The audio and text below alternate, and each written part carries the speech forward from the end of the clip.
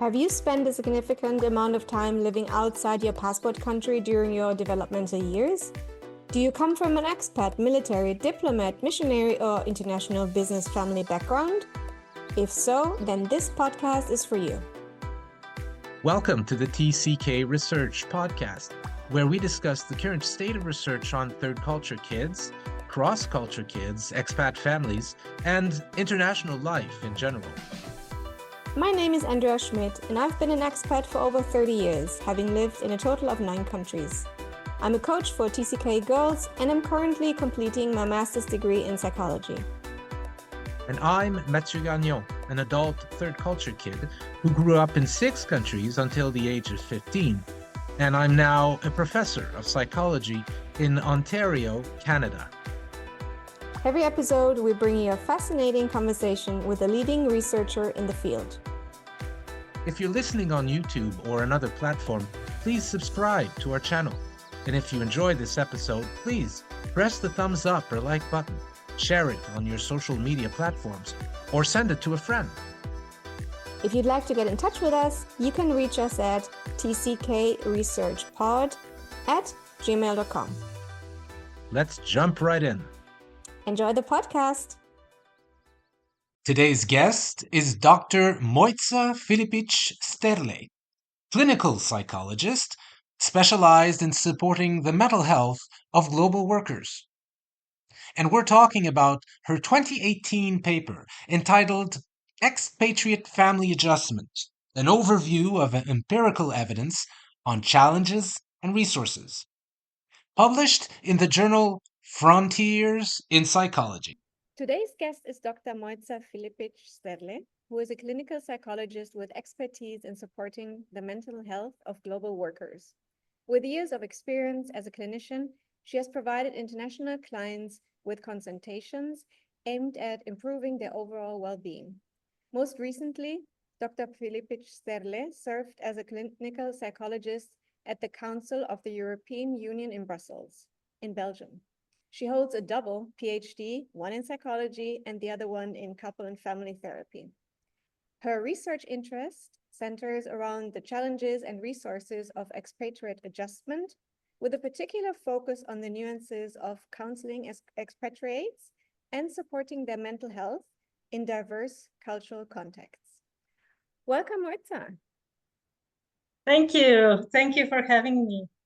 We're all excited that you're here with us today.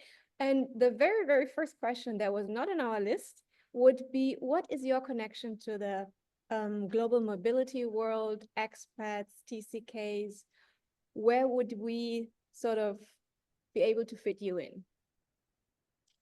Yeah, that's a very good question. Where do you fit in? Where does an expatriate fit in, right?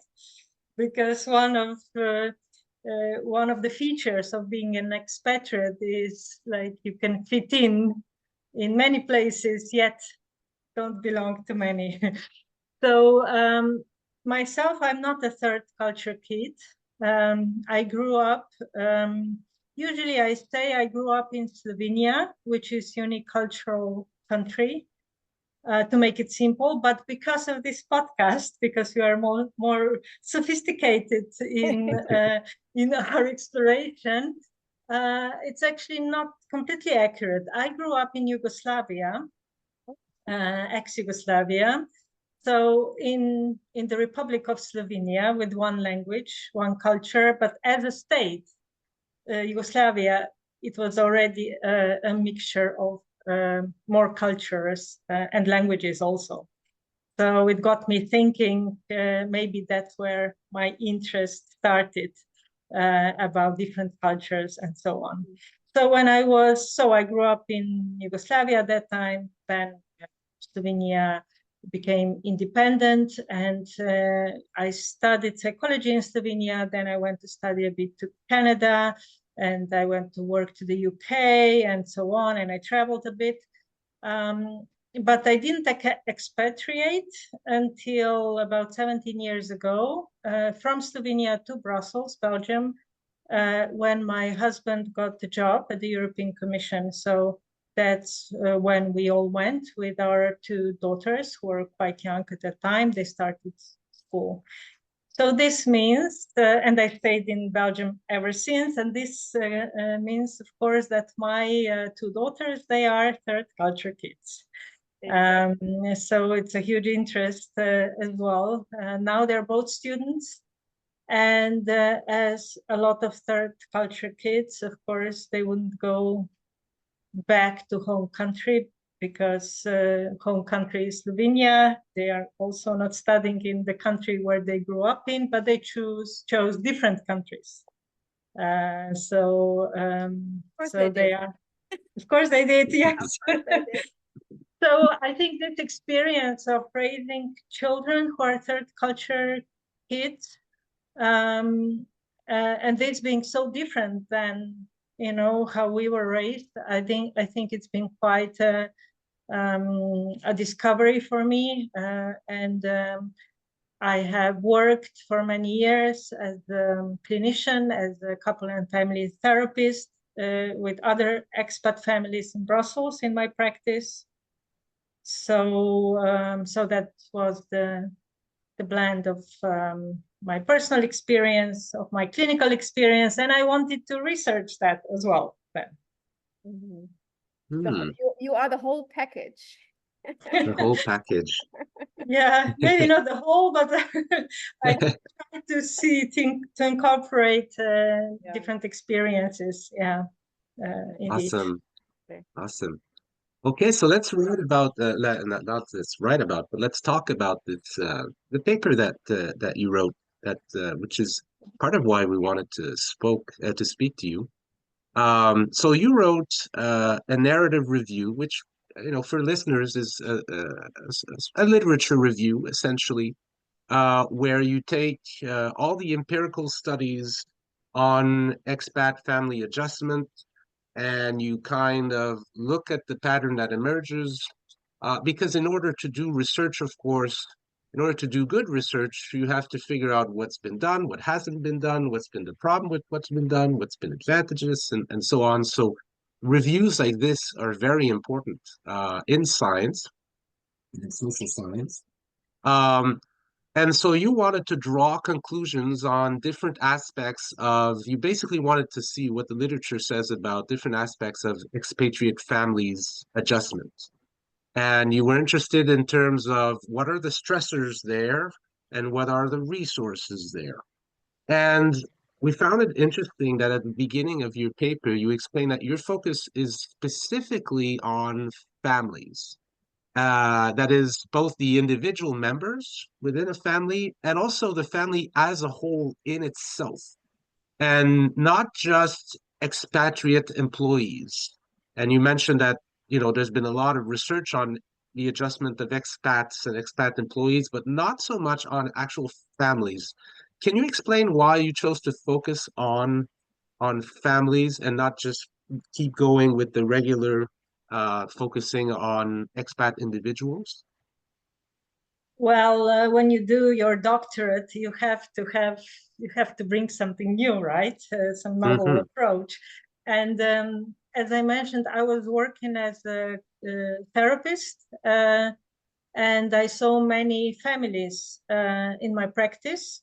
Not only, well, families, or sometimes they were individuals, but they had families. So I tend to see things always in a system, and the family is the unit that has the biggest impact on how individual members feel or how well they do on their expatriate assignment.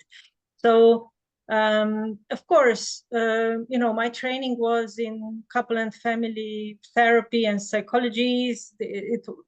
I did not have any specialized training for expats. So as I was living in multicultural environment, as I was giving sessions to multicultural families, I searched for the knowledge or for background, what are the stresses, what to focus on, what works, what not.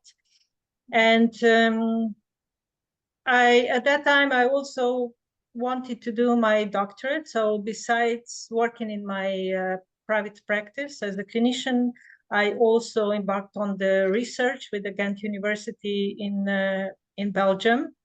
And so this paper that we are discussing today is actually part of my doctorate, my PhD. Well, my promoter said, well, first you need to know what's out there, what's been researched and whatnot.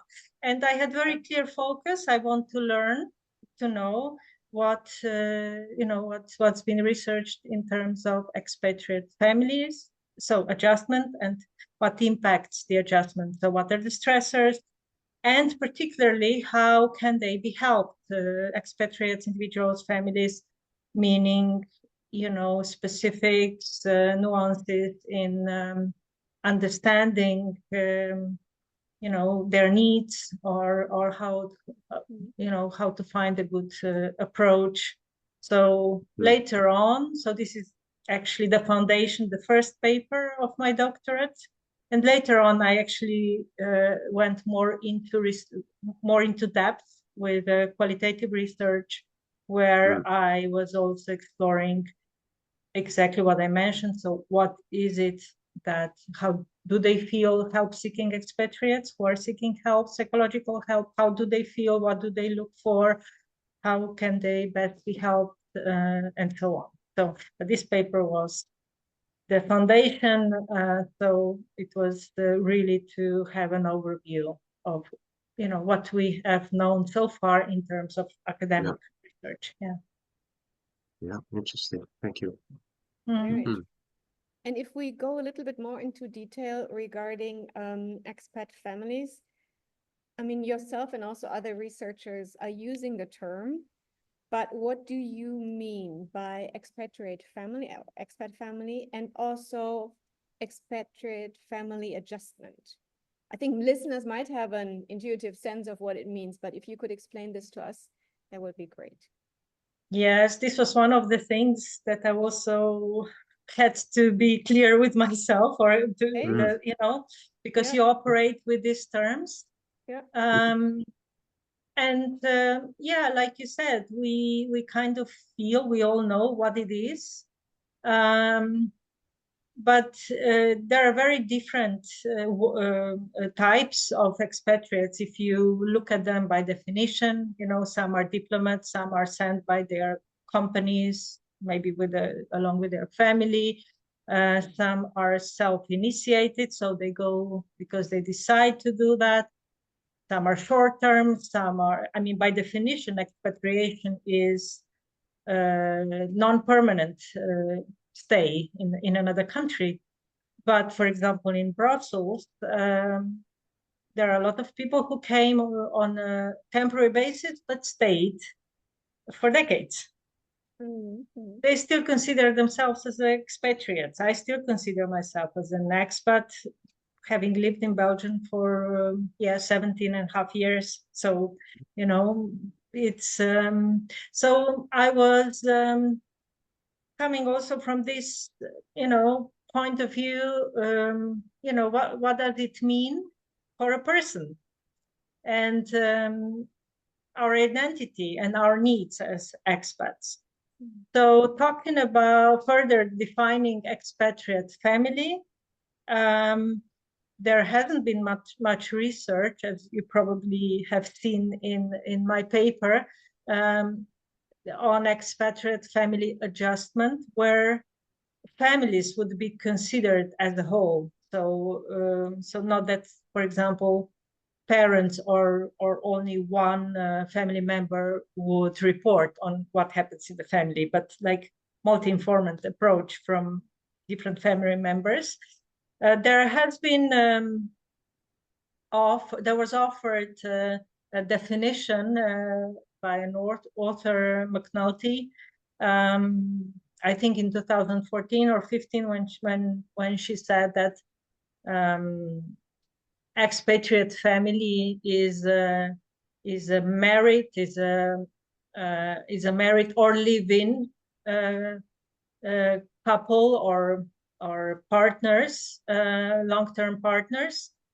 of the opposite or same sex, with or without children, with family members which are in different locations, one or even more locations, but they can also be legally or not legally separated or divorced, and still be expatriate family. And this is exactly, it's maybe a bit specific, but it's exactly what I've seen a lot as well, you know, that some families have been completely left out. For example, single parents with a child. You know, it's also expatriate family. And or sometimes when expatriate, so when a family was sent to a whole country, and then parents would divorce, and one would maybe go back and the other one would stay, and what happens with children and so on. So this was really, I saw people go through that in my clinical work. So yeah, I was really interested to know more. So, but in terms of expatriate family adjustment, I think we're still looking for a comprehensive theory to you know, to explain or define what this is. But I think there has been a progress in the last few years in terms of understanding that there are really different types of families, and yeah, and that they may go through similar processes in terms of their own well-being or emotional needs. And this is what I was interested in. Okay, so I think, but we understand the importance of definitely studying family and expat family adjustment, and you've kind of defined these terms for us where you can, and others you know, yeah, I take your point that we're still looking for, you know, a proper definition of what exactly it means to be adjusted as a family, even though, like you said, we kind of all have an intuitive sense of when things are going wrong. So let's kind of break down this family. The first kind of person we can talk about is the partner. Now you make sure in your paper to let the reader know that you won't be necessarily using, you know, a husband or a spouse. You talk about the trailing partner. Can you explain to us what do you mean by this term? What motivated this term? Why not just say spouse or wife? So let's start with that. Okay, or husband. Yes, or husband. exactly. Yes, yes, Excuse yes. me. Oh, that's right. Because spouse is feminine Yes, and is exactly. for the. No, Oh, yes. Sorry, no, I but I thought think because in spouse. French we have No. époux and épouse. Can spouse be a man in English? Yes. Can. Okay. Yeah. Can, Okay. yeah. So I think spouse was already good, but I like Moitza's better. Partner, trailing Yeah. partner instead of trailing spouse. Instead of trailing spouse. Yeah. Yeah. Yeah. Mm-hmm. Yeah. So definitely, I agree. The reasoning behind, so we wouldn't use wife because there might be a husband. And well, I think I wanted to be really neutral as much as possible, you know, by saying partner. But it's also true that, you know, this paper is an overview of empirical evidence. So it's also influenced. So what terms are used in my paper, it's also influenced by what terms have authors used in their research. And of course, they were mixed. Like you say, some used spouse, some used wives even, and so on. So we were thinking with the other co-authors, we were thinking, you know, how to be most neutral. So because at that time, the research started to emerge a bit more about, you know, different types of families and so on. So yeah, we were thinking significant other and things like this, but partner is really somebody who goes, you know, who takes part, let's say. Another thing, trailing partner, me not being a native English speaker, you know, I think was also for me, I was thinking quite a bit, because I know this is used as a training partner, but I think this term comes from earlier, or let's say more traditional form of expatriates, when a international company would send a husband or a wife for that matter on the assignment, and then, you know, their spouse would go with them, their partner would go with them. So that's just how it's initiated, how it starts. However, you know, when they are in the new place, of course, the one who follows, like training partner, takes on many roles that they didn't anticipate, or roles change in the family. And you agree? I agree. I was there. I've been there, still there. Voila. Yes. So yeah, I mean, terminology is of course also important, because we kind of place it out there, but it's good to discuss that as well. So what this means actually, and what there's a sense that, am I right in I can't help but sensing that there's something passive about trailing, Yes. right? Yeah. Yeah. Yeah. And I know there is, I don't know who said this I'm quoting something I don't know where from, but it says, "Honey, I've never trailed." Yeah. Yeah. Yeah, it's this, yeah. But I like it that you merged a traditional word, trailing, with a very modern word, partner. So yeah, well, I think it's work in progress. At that time, I Yeah. did it like that. I gave it quite some thought. Maybe today I would come up with something else. I don't know, you know, but I think everything has a value or a weight. Everything is important when we introduce this subject. It's all about and it certainly captures the experience of a lot of partners that are trailing partners. I mean, that's at least at the beginning, right? At least at the beginning. Yeah. Yeah. Very good. Yeah. So related to the adjustment of trailing partners, you mentioned that you found a pattern of stressors. And one that you specifically mentioned, and I think might be interesting for our listeners, is the crossover effect. Well, the crossover effects. Can you tell us more about those? Yes, there weren't many studies up until that point that brought this up or brought this to the attention. But I also agree it's very important to see it that way. So, you know, family is more than just individual family members, but the family members influence one another in many ways, emotional and with values and energy, and there are many ways.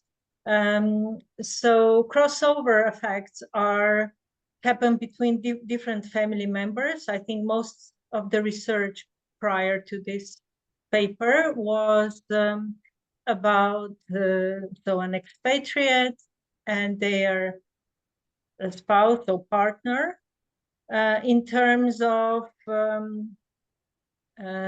for example, if an expatriate who actually works, gets a job, is very happy with the job, a partner who's maybe currently not working, but maybe had worked before, is actually experiencing some sense of fulfillment or a good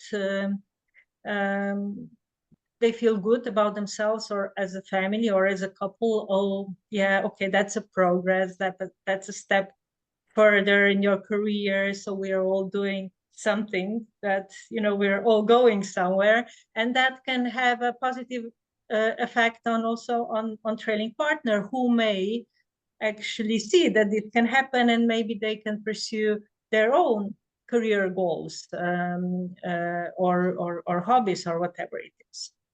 So it can go in a positive or vice versa. When a trailing partner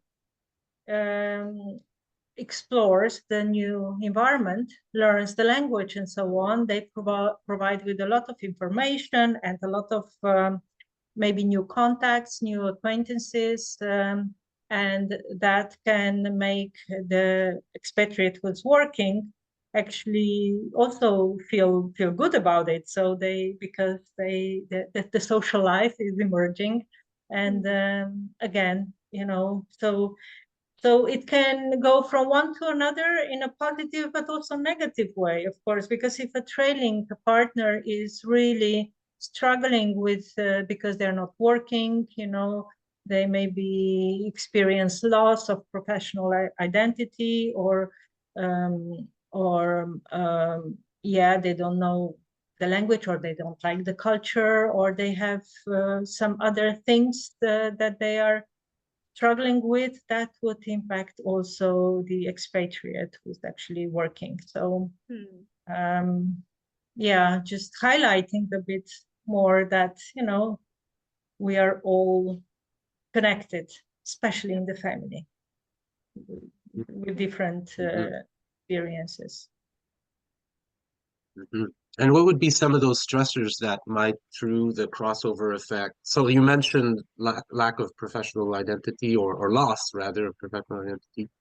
Are there any other kind of, what should the listeners be mindful of when they think about the stressors that a trailing partner might? I was thinking the word contaminate. Maybe that's because I'm sick. I was thinking in terms of the crossover effect. What are some of the stressors that can start to play within this crossover effect and affect the trailing partner, the expat person, the family themselves? Yeah, in the new environment, the expatriate goes to work, and there he or she has colleagues, so at least some provided social network, then professional goals, exchange, definitely a lot to think about, and so on, pursue the goals, professional goals, whereas trailing partner may feel lonely. Maybe I think one of the studies even reported, that especially if this training partner has been working before, and then they're not working in the new situation, but they find themselves, not knowing many people, and waiting for their partner who's working to come back and socialize and do things together. So feeling really lonely, feeling that they're far away from their family, and lack of this feeling of fulfillment. I think one of the things that's really important is also uncertainty about the future, because not always these assignments are really clear in terms of how long they will last, and sometimes they are prolonged, and so on. So there's a lot of mixed feelings whether they want that or not. It's probably not very clear decision. There are pluses and minuses, but for trailing partner, this means just continuing in this sense. So would they invest more in building a social network? How long they will stay? If it's only for a few more months, it would be another loss. So I think this loss and grief as well goes with expats families, but also with trailing partners, because there are things that they have to work very hard. As an expatriate, you have to work hard, and usually trailing partners are the ones, especially their parents, and through school and other parents, they work hard for the family and children to build these social networks. So, and then to pick up everything and go to another location, they can experience this loss, and that can, of course, impact the expatriate who's working. Yeah. So all of these stressors, as you mentioned, can somehow cross over to the other partner who's working. Yeah. So thankfully, you speak of stressors, but you also speak of resources. And so now let's look at the resources that you found in the literature at the level of the trailing partner. And one of the things you did is, instead of just giving us a grocery list of resources, you kind of organized them in a meaningful way. And you speak of resources at the individual level. You speak of resources that center around identity, psychological security, and you speak of resources at the broader social level. So, two big questions. Why did you find it useful to organize it in this way? And what is the basic picture that emerges in terms of resources at these different levels? Yes, I gave it quite a lot of thought how to organize it, because I wanted the paper to be organized, or to be as easy to read as possible, to give clear picture based on the studies that were done, because it's you work when you are writing a review, you take the studies, so you have to take what they have focused on. So most of the studies, so there were two foundations, I would say. One is based on unit of measurement for resources. So this is how I organize. So unit of interest first, I would say, because it's much clearer. So if the interest is the training partner, or children, or family, if the interest was social support, how it can help. So I wanted to bring these studies together in that structure. And the other one was unit of measurement, which is who actually reported on what happens with expatriate families. And we see, like I mentioned quite early at the beginning, that there are very few studies that actually had different family members report on what is happening in the family relationships, or any particular hardships that they were experiencing. Usually it was parents reporting on children. So that was actually the rationale. That's why we decided to structure it that way. But I agree what you said. I wanted to focus on resources, because that was also very much my intention as well, to research, explore, and show how actually psychotherapy or consultations can be a good resource. And that's why I was also clearly structuring the resources that are outside family, like social, like sometimes clubs or church, or the people, so clubs or groups of expats coming from the same country, and so on. Then always relationships, within the family. Good relationship is also a good resource for a family as a whole, and for individual members. So I think this way we gave overview of studies, but also try to show what's missing, or what's there, and what is missing in a more clear way. Especially when we provided avenues for further research, I thought that was important. So that was the aim, because there were many studies that were very different, and to try to organize them, you have to have some vision what you are actually researching, and while keeping things showing the real data, or the real evidence. So Mhm. So if we leave the partners aside and focus on the children, which you also distinguish between children, you put children and adolescents into your paper. If there's a lack of data on partners, are we right in assuming that there is a similar lack or even a bigger one for children? yes, we agree. Definitely, we agree.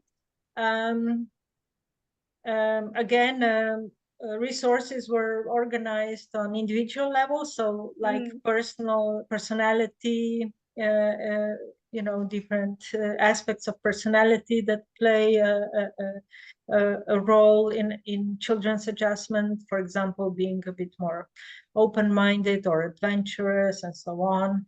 Then family resources, again, with children, it would be a resource for children, but as a whole family, where there is a good communication in the family, where family is quite flexible and open as well, so adaptable, where there is a certain level of cohesion in the family.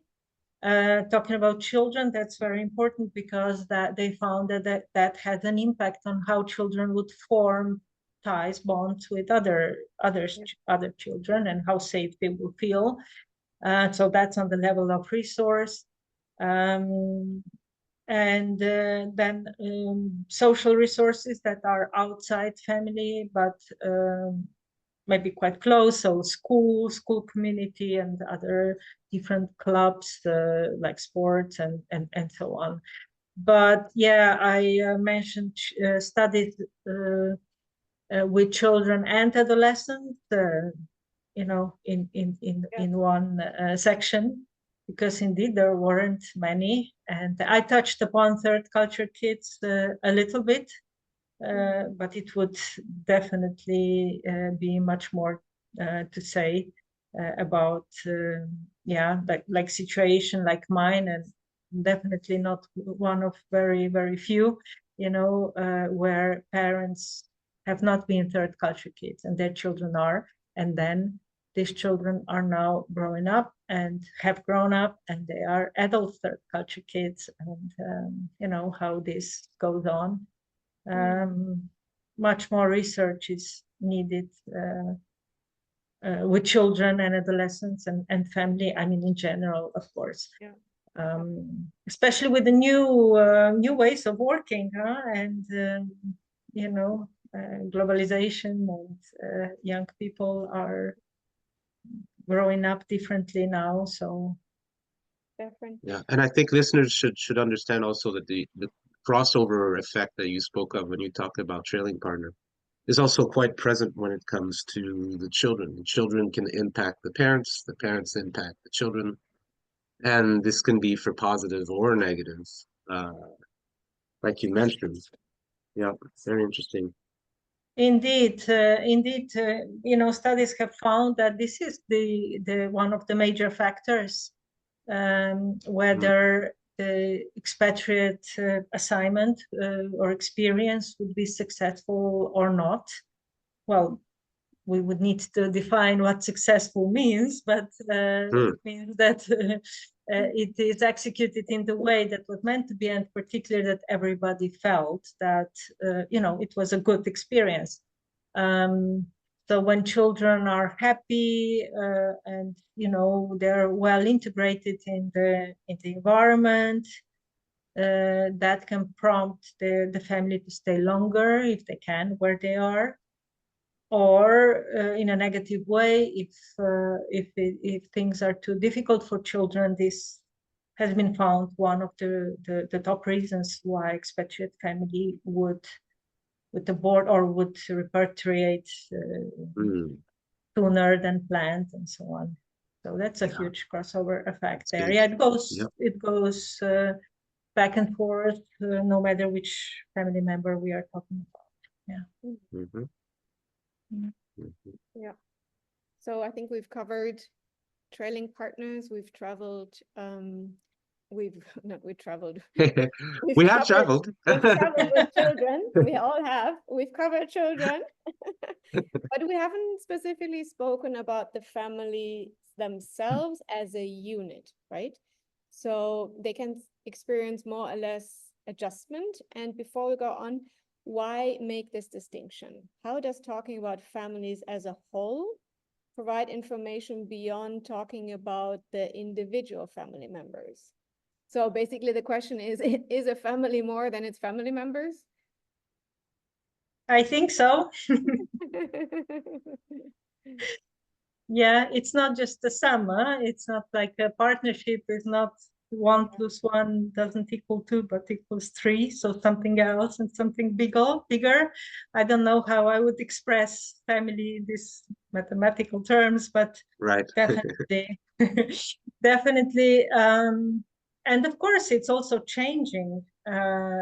You know, we're talking about children, and sometimes no children, but sometimes children, and then they become adolescents, and then they become students, and so on. So the family is constantly changing. Their members are changing. The roles are changing. The environment is changing, and so on. So how does a family survive that? How does it adapt? What's the identity of a family? Because as we know, family does have a huge impact on every person. So it can be also a big stressor, but it can also be a huge resource. And what I have also found working with many expat families is that family members often are very attached in terms of being really close, not necessarily in terms of relationship. That's another story, but you know, they rely on each other because there aren't any other members of extended families. So children would leave when they go study, they would leave, and they would probably go and study in different countries, as they do. But they stay quite connected with their parents, and often still spend holidays together and so on, because that's the way to do it. This is how you can be together in a new country, or in a country where parents are living at that time, which is unlike people who haven't expatriated, because they're all in that country, and you go back and there are aunts and uncles and grandparents and so on. So these are often much more close-knit families, which of course also prompts these families to find a way and to take different roles or different attitudes and flexibility to go through all that. They have to, as an expatriate family, they have to do things sometimes differently as they would had they had all the support in their home country. They have to rely on each other more. And so I found that really quite powerful insight. So because you actually, you know, some families are quite isolated, some are much more social, but some are quite isolated. So then this impact is even bigger. So it's a very powerful resource, but it's also a fragile one. So and that's why this was my interest, yeah, to research that further. Yeah, it's interesting. It's almost like you're saying that there's the individual members, but the interactions of these members through time, because these members do change also, that matters as well, and that's the family as a thing. And when you talk about so when we were talking about trailing partners and children, we spoke about the crossover effect. But when you talk about family as a whole, you introduced in your paper this term spillover effect. And I just see like something spilling and there's water all over the place, you know. Everywhere. What exactly do you mean by the spillover effect? Can you give us a concrete example? How is it different conceptually from a crossover effect? Crossover effect is more between members. So what one is experiencing, it would impact the other, and vice versa. And it gets more complex when there are more people involved.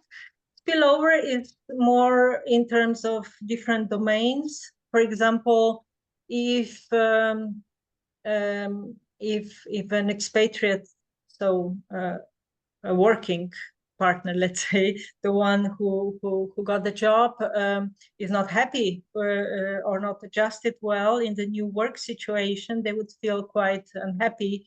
And then the perception of everything that they are experiencing would be more negative. So because work for expatriates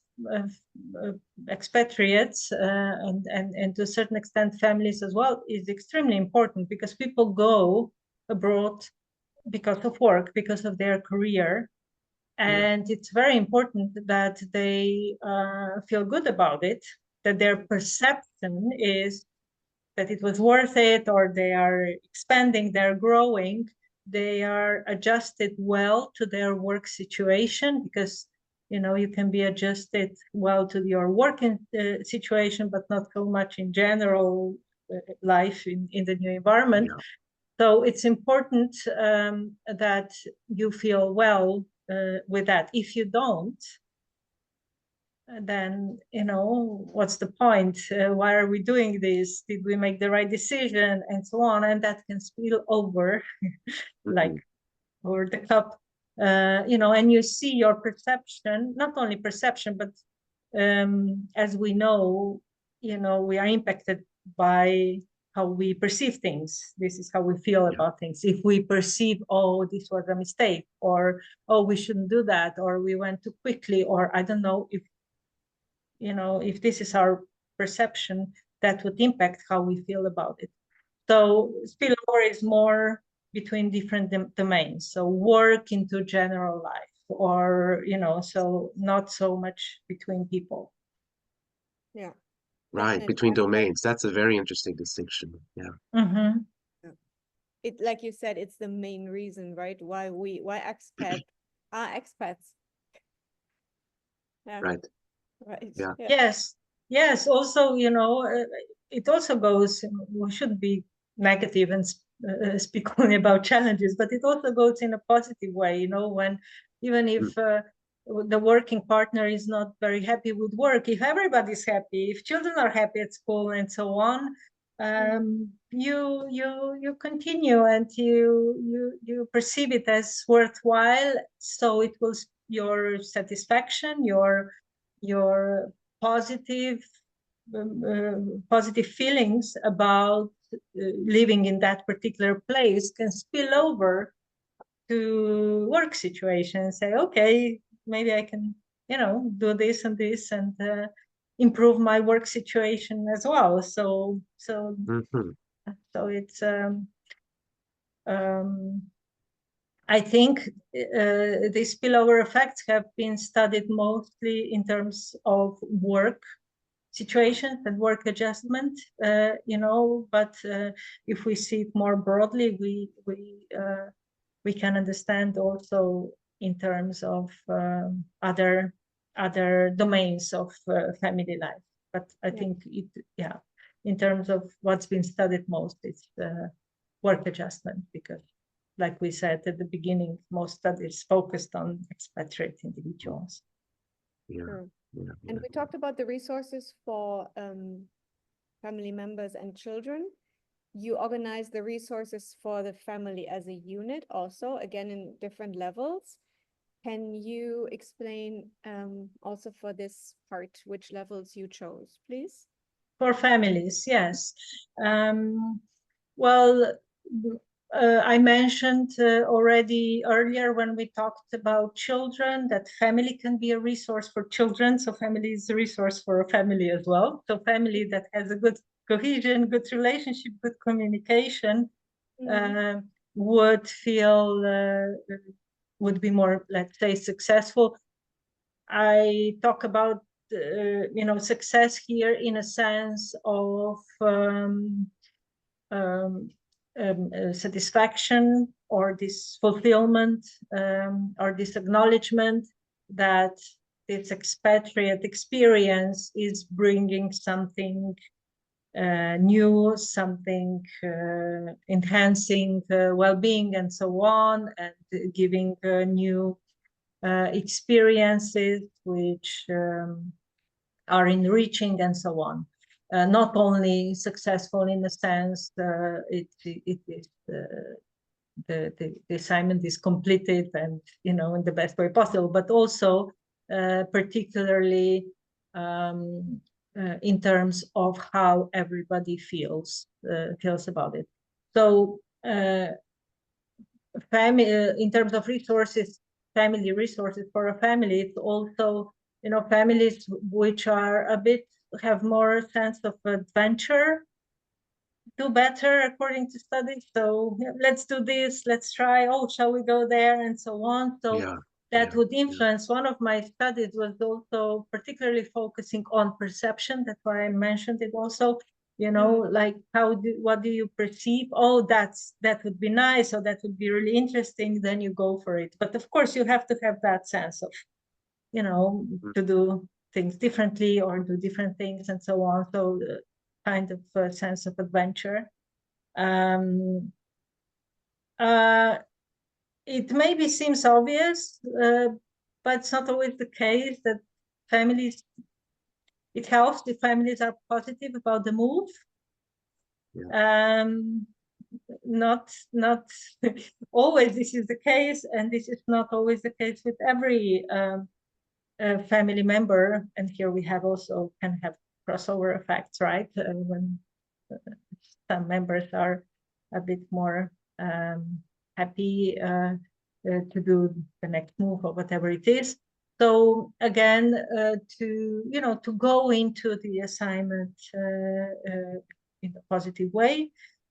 Socialization as a family is also important. So the family has other families that they socialize with in the new environment, and that they are open to that and they work for it. As a family means sometimes through children, sometimes through parents. It's not always whole family together. It's prompted from different sources, but that's helpful for families. Then good leadership in the family, so that there is a good hierarchy structure and reminder of what are we doing. And what's been found also is satisfaction with the relationship and communication. So I said communication and relationship, but also satisfaction, so that you acknowledge that. And then some resources are external to family, what we also mentioned before, belonging to some clubs, groups, church, sports, and so on, is if family is included in that and has this sense of belonging to a local, even if it's with other expatriates, as it often happens, but that can, have a positive impact about how they are having their time in the new environment. The picture I'm getting, Moitza, as I hear you speak, is I'm getting the picture of this enormous balancing act where everybody has an impact on everybody, for better or worse. And you think, well, oh my goodness, there's so many ways that can go wrong. Yes, but there's also so many possible places that can be worked on and improved just a bit in order to get the balancing act just right, Yeah. And I'm getting a picture that it's not a 1 or 0 dichotomous thing, like adjusted or non-adjusted. It's an enormous balancing act, and I think families or partners that are listening to this episode, or if they're listening as a family or as a couple, will really resonate with that. So, in order to reach this understanding, this being a review paper, you basically read the whole literature that existed on that topic, when you did this work. And I mean, if you look at your bibliography, it contains around 80 papers, so you looked at a lot of the literature that had been published at that time. How do you like this literature? Are there limits to it? Are there things that bug you about it? Are there things that you wish were part of it that are not part of it, or unexplored aspects? Like, what are some of the limits of this literature that you're basing yourself on to make the conclusions that we've been talking about for close to an hour now? And I Yeah. would just like to add, excuse me, you say at that time you published a paper in 2018. That's just Correct. as information for our listeners. Correct. 2018. Yeah. Yes, thank you, Andrea, for mentioning that. I was going to mention it myself as well. Just that time dimension. Yeah. Like I said, I started researching what's been researched because I had a particular aim with my own research. And so this was the first paper that was written and published, but it was not an easy job to get it published. Because as it isn't usually, I understand, but it was very interesting, how if I send it to the journal that was more into HR, they say, oh no, this is about family, send it to papers that deal with family. Then I send it to to those and say, oh no, this is really about expatriates and so on. And I think this has changed. Yeah. What has changed is, well, this has changed at a certain point with this paper. I'm very happy about that because somebody, an editor, recognized that this is really important subject. But indeed, since then, that was 2018, I think there's much more research and more recognition, and there is more space given for this kind of topics. So indeed, what I think is still lacking is longitudinal studies, like I mean, in I guess with individual members, but particularly as a family. Can you explain that for our listeners, what you mean by longitudinal studies? Yes, so we have, to make it really clear, we have cross-sectional studies, which means you take a group of people and you research, you ask them certain question and at certain time, and then you get the information, the data, what they think or experience about that thing at that time. Longitudinal study goes along some different times. Sometimes it's years. We know studies that are even decades. But basically, it means that they follow up on particular topic or more topics with the same group. So, for example, in this case, expatriate families longitudinal study would mean, okay, maybe even so this was my idea, maybe even pre-departure, right? How are they preparing before they go as a family, as individual members? Then the actual assignment, then what happens right at the beginning, and then the first 6 months, and then a year, and then a year after. And that's actually what I have done. This study hasn't been published. Really? But, yes, but it's extremely difficult. That's a lot of work. Yeah. Not only a lot of work, but that for sure. But it's also there isn't one point where all the expatriates report to when they come to a country, So you have to go through different channels I was talking with, with embassies, with international organizations, with European institutions, so they would give me access to newcomers.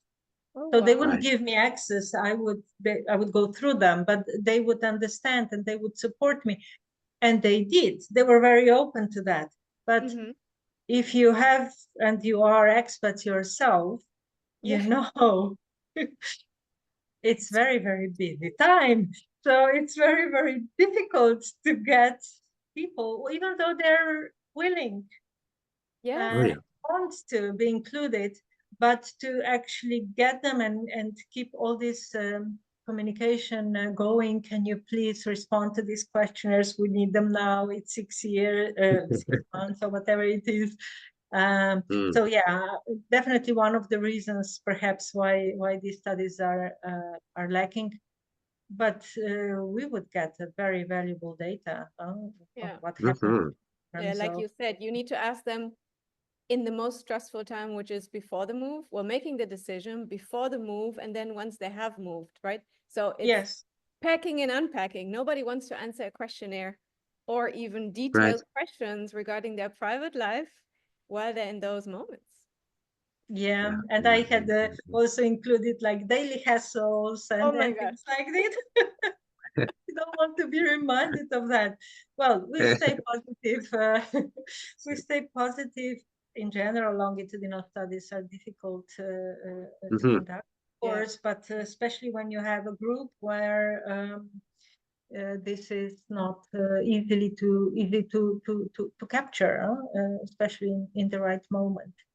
Of course, like we already said, to families that will use multi-informant approach, which means when we talk about families, how is it? How do you feel in family? What's the communication like? What's the relationship? What do you think? Where is your family strong? And what are the strengths of your family? Different family members should report on that to get the picture on the family. So these kind of studies are also still lacking. And what we also know, English speaking and in general, expats from USA, there's been predominant studies still on this area, although this is changing. I would, and the different kinds of expat families as well. Like we mentioned before, some are divorced, some are. There are also families where one member has repatriated or they live in different countries after a while and so on. So this is a lot is changing. Lacking, it's changing, but it's also still a big gap. What I also think, I didn't find this in this research because it's 2018, but I find this through my work recently, that now with all this work from home and teleworking, when we talk about cultural adjustment, when we talk about belonging, when we talk about adjusting to a new environment, this has a whole new dimension or more dimensions. What does that mean? Because sometimes people are working with remotely with different environments, work environments, and so on. So in different countries, but not in the same country. Exactly. So I mean, this hasn't been researched much, but this is quite a new thing. Yes. And of course, listeners should be aware that right now they're listening to three people who are in three different countries. Canada, Mexico, and Slovenia. Yeah, exactly. Eh. And so that happens at work as well. Sorry, I cut you off there, Moitza. You were No, not at all. No. Yeah, indeed. And this is, I was just going to say that this is not in my paper, but again, my observation that, in a way, we're all expatriates. And when I did some qualitative research later on, you know, in terms of what are the needs of expatriates, what they need, you know, is also to be recognized in their expatriate complexity. Mhm. So, and like you just said, we are in 3 different countries. We are all expats, and just to have this understanding, we understand each other better than other people who have never had this experience would probably understand us. And so how so that this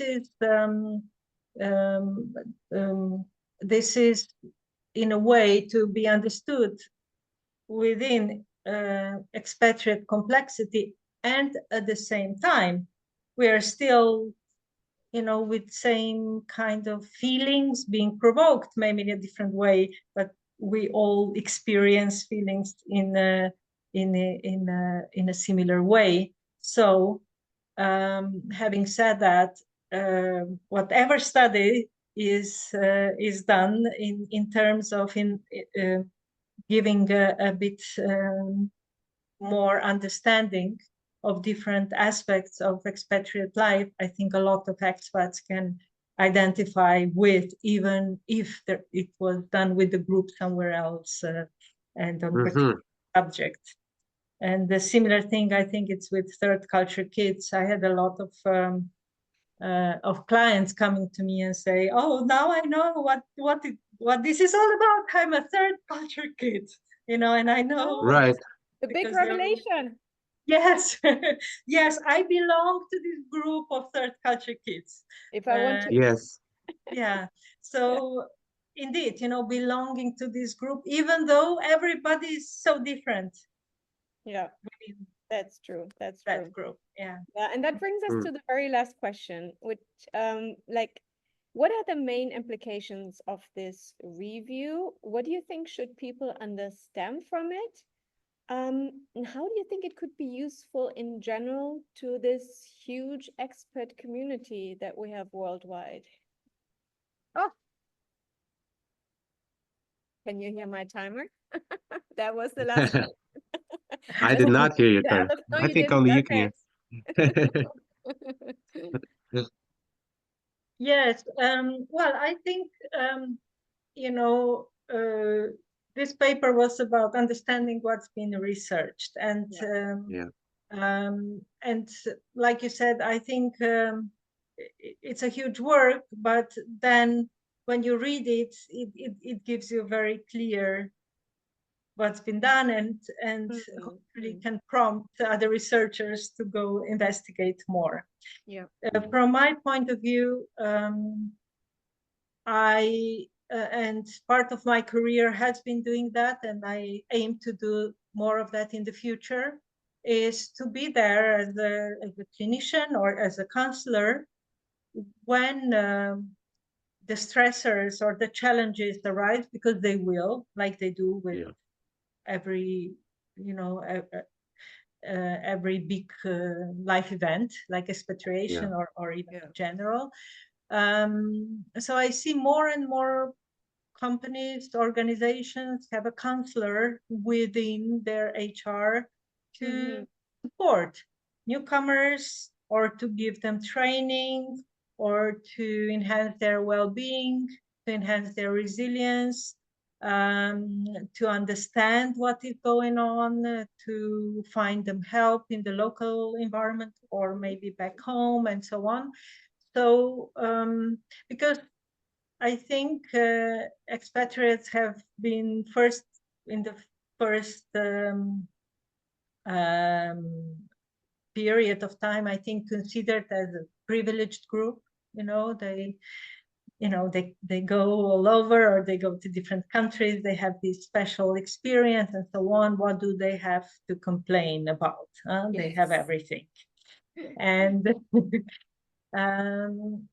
so raising awareness about the fact that, you know, that also expats can have some mental health needs or issues, and if they're addressed and acknowledged and not seen as a failure, you know, can be a big plus for for people in the first place, families, but also children, and but also for organizations. And I think it's also, you know, something that can be done on the spot here and there. So because it's often very difficult to look for help in the new environment because you still don't know it, you don't know the language and so on. So more clinical implications are more what I was interested in.